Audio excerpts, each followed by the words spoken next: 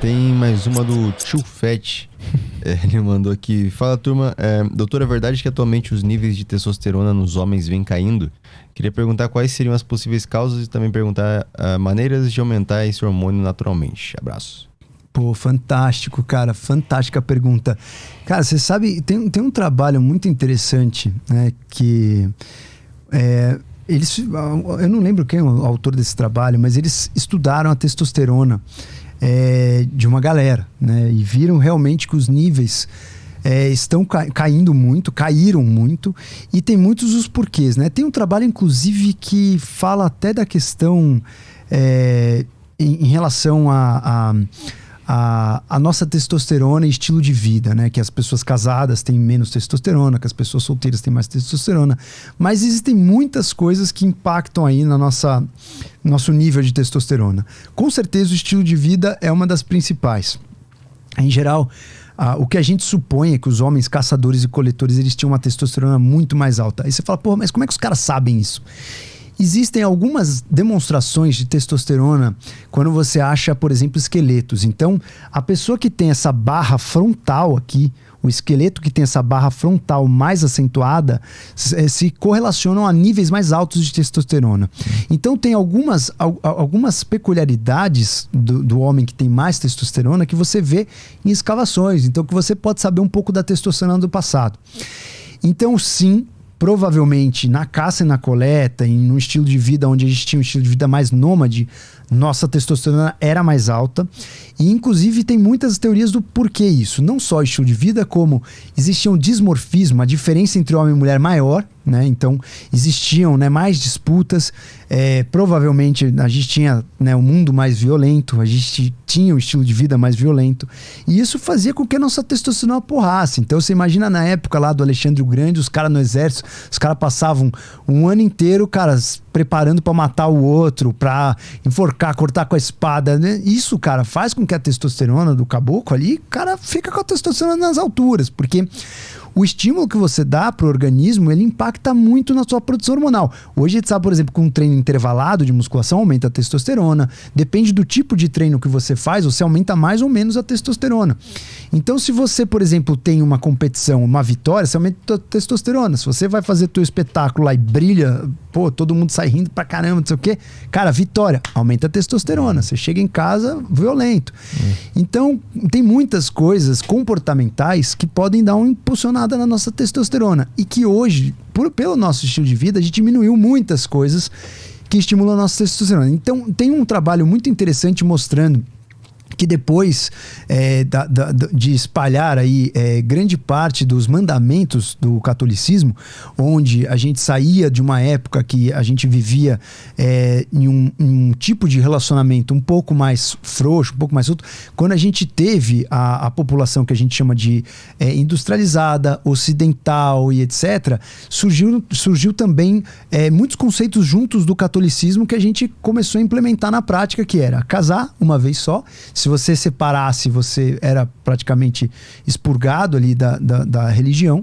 Então você tinha que casar uma vez só, tinha que cumprir a monogamia, e eles cortaram, né, muitas coisas que aconteciam, como incesto e etc. Isso começou a ser mais organizado, pecado, etc. Então, depois desse momento, com grande intervenção da religião católica, a gente está falando aí dos anos 300 depois de Cristo em diante, né, e a gente teve aí nessa fase uma implementação de muitos dogmas que foram muito, muito positivos até, de uma certa forma, de organização da sociedade.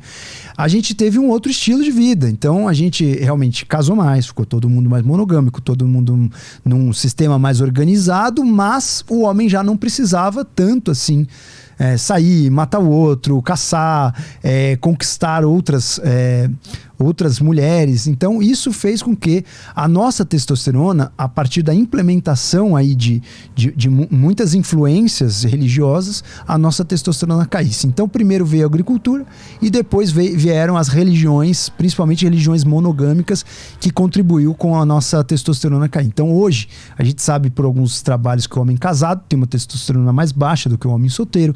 Então toda essa mudança comportamental, que é a mudança que a gente chama de mudança memética, né? Não é a mudança mudança genética. A gente tem pouco tempo para ter mudança genética, mas é uma mudança memética, uma mudança cultural. Isso fez com que o nosso estilo de vida mudasse e os níveis de testosterona despencassem. Claro que tem muitas outras teorias até meio conspiratórias de é agrotóxico, isso, aquilo, não sei o quê, mas grande parte da nossa testosterona se deve ao nosso comportamento, a como a gente vive. E a implementação desse novo estilo de vida contribuiu muito para que a nossa testosterona caísse.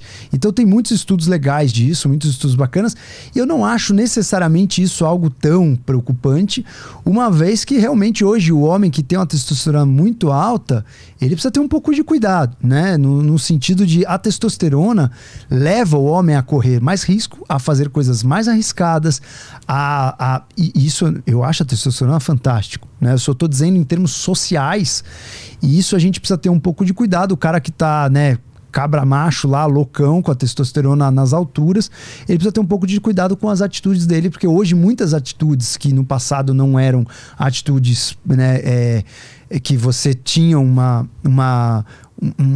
repúdio social, hoje a gente tem atitudes que são repúdio social. Então, antigamente, era o homem abordar uma mulher de uma maneira até um pouco mais audaciosa, o cara, né, ou assobiar, ou fazer qualquer coisa, não era uma coisa incomum. Hoje esse é um comportamento já que todo mundo vê como um repúdio social. Então, a testosterona muito alta, ela muitas vezes incita aquele ser a ter atitudes que muitas vezes correm um pouco mais risco. Ela é um hormônio que deixa a gente num bem-estar gigante, numa motivação legal, executor e etc e tal, mas talvez, né, aí é só uma especulação, né, talvez os níveis de testosterona eles são adequados talvez pelo estilo de vida de cada época. Então não sei, eu não acredito tanto que é uma coisa tão preocupante assim, nossa, tá caindo muito, tal. Tem coisas que a gente pode fazer para não cair, né? Ter um bom estilo de vida, comer bem, ter uma alimentação legal, não inflamar, ter um estilo de vida onde a gente relembre um pouco dessa questão de caça e coleta, né? De você fazer exercícios físicos um pouco mais extenuantes alguns dias, de você talvez fazer uma artes marciais, luta. Isso faz a gente voltar a ter esse ímpeto com a testosterona e até fazer retiros de sobrevivência. Isso eu acho fantástico, você ir para a natureza e viver aquele estilo natural. Isso faz a nossa testosterona automaticamente subir, sem que seja uma forma, né, tão artificial. Mas eu acredito que pode ser que isso seja uma adaptação cultural ao estilo de vida que nós vemos agora nessa atualidade que nós estamos vivendo. Já viu alguma coisa sobre a relação do agachamento com a testosterona? Já. Se eu não me engano, eu ouvi alguém falar que o agachamento é o que mais estimula. É o exercício que mais estimula a testosterona. Já vi, bem interessante. Você usa um grupo muscular muito grande, né, para fazer o agachamento. Então faz todo sentido. E aí eu fiquei reparando, quando eu vi essa pesquisa, naqueles caras que o cara caçava, ele colocava a caça, né, abaixava, pegava a caça e colocava a caça ia se arrastando, meio que levando a caça. Eu falei, cara, será que faz algum sentido? Passada. Treino essa viagem. A passada, exatamente. Então a gente vai pra academia pra dar um carinho no nosso homem primitivo que tem aqui dentro, querendo caçar um bicho e carregar nas costas. De certa forma, sim. E, óbvio, se você tiver outras formas, por exemplo, a galera até do CrossFit às vezes faz isso de uma forma mais, né? Cara, o cara vai lá, sobe corda, não sei o quê. Eu acho que a nossa natureza é bem essa, né? No sentido masculino, né? Em relação a esse ímpeto de conquistar, de fazer, de ultrapassar o obstáculo. Acho que isso estimula muito a testosterona, principalmente quando você consegue, né? Eu vi também uma pesquisa que eu achei interessante, que eles mediam o quanto de risco o homem tomava quando tinha mulher no ambiente. Aí eles mediram os skatistas. Eu vi há muito tempo essa pesquisa, muito tempo. E aí eles viram que os skatistas tomavam mais riscos quando tinha mulher na plateia. Claro. E quando não tinha, o cara não... Então a presença da mulher também pode estimular a testosterona? Pode, e pode ser que o cara correu um risco ali até num sentido, né, no sentido até de uma demonstração em relação a querer impressionar, né? Pode ser que seja uma coisa não ligada exclusivamente a uma liberação de testosterona, mas uma coisa comportamental de querer impressionar. E muitas vezes isso na evolução acontece muito, que é o sentido que a gente chama de o sentido da desvantagem, né? Que o próprio pavão traz isso. O pavão, ele traz aquela cauda para mostrar para as fêmeas que mesmo com uma cauda gigantesca, pesada pra caramba, ele tá vivo, não foi pego por nenhum predador, ele não foi capturado, ele continua arrumando comida, ele continua arrumando recursos, então ele deve ser um pavão muito foda pra ter isso e conseguir estar vivo, né? E que é o princípio do handicap.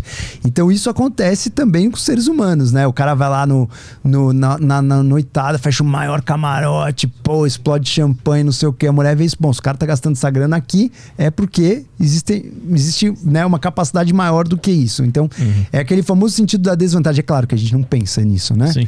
E é uma coisa inerente aí de uma genética, talvez, né, de uma evolução.